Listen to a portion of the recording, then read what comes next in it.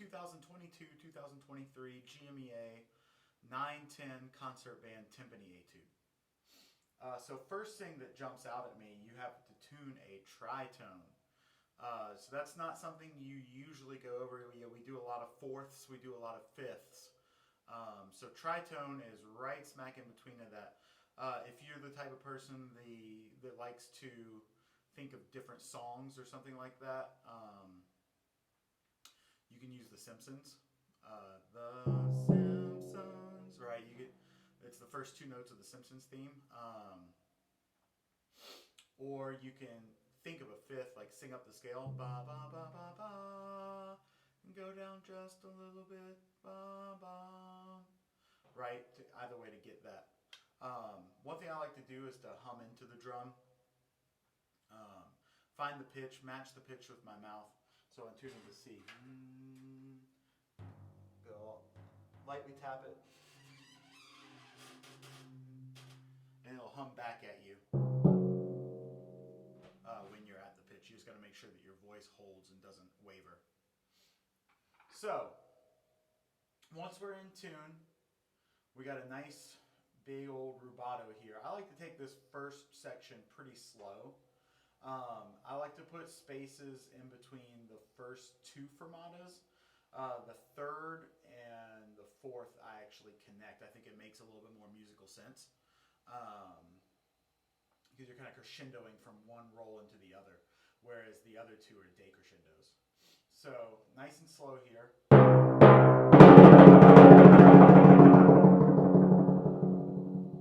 Make sure you don't accent that roll. Then 16th treble it.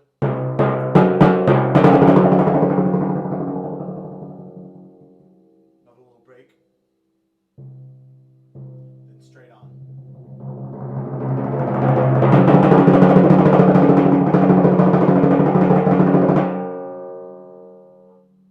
Make sure you mute on the train tracks before you come in at 168 in 7/8 time. So note that it says quarter note equals 168 and not dotted quarter note equals 168.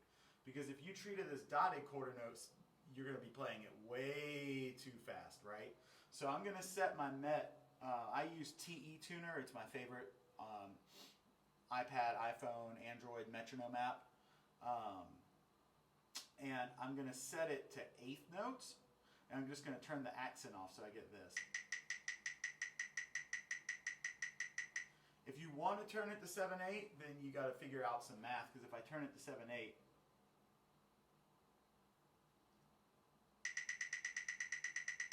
it gets faster. So you'd have to do some math to figure out what the conversion would be in dotted quarter versus quarter note. So I'm just going to treat it no accent and get started with it.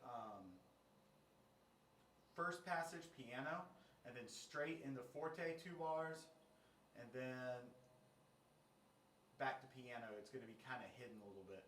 You got a 2-2-3 subdivision. 1 2 1 2 1 2 3 1 2 1 2 1 2 3. Okay. So going from the 4th bar into the 5th bar, you want to make sure that you get immediately soft.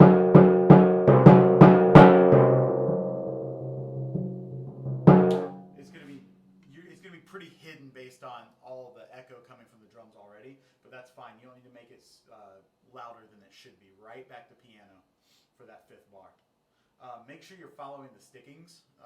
They were very gracious to have the stickings written in for you for most of this, especially for this etude for 910. All the stickings that you'd have to guess, they take all the guesswork out of the stickings. So definitely follow the stickings that are on the page. They're by far the easiest stickings. So just playing through the first 8 bars.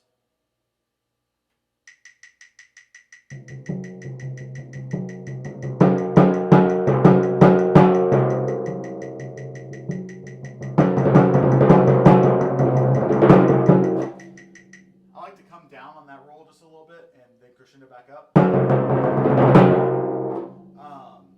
Just to give it a little bit of movement, a little bit of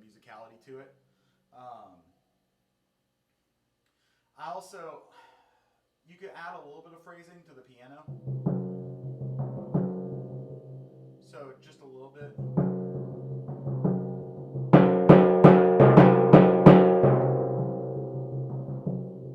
But you got to make sure you stay within the confines of piano, making sure that you're not getting above that dynamic.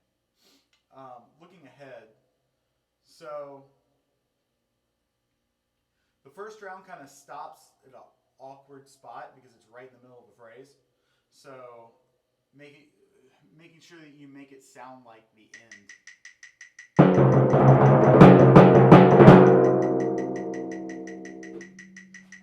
Your choice as to whether or not you want to mute that. You could. Probably would sound a little more finite if you muted at the end of the first round. And then looking into the second round stuff, it's all pretty straightforward. Mind the paradiddle, line 4, second measure. Mind that paradiddle. Make sure you're not going but nice, and everything's got to be even on that. We don't want any external accent. We don't want the diddle part to be too low. And then the next measure, it's right hand alternating. When you get to these accents at the bottom of line 4, the last measure, you definitely want to play them out. You don't want to go too hard because the next line you've got a house top accent you got to save up for. So I'm going to start, let's see, where's a good place to start? I'm going to start the last measure of round 1.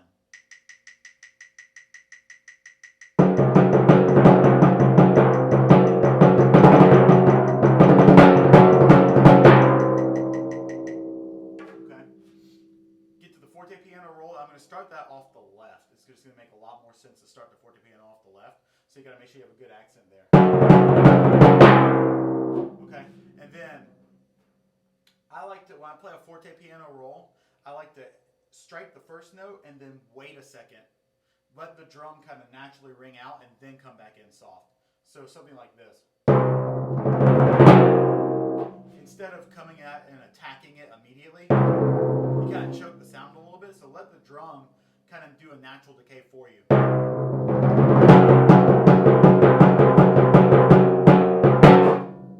So that last note there, house top, really got to kind of dig into it. Making sure you're still getting a good quality of sound from the drum, but still nice and loud and articulate. So I'm going to start the last measure of line 4.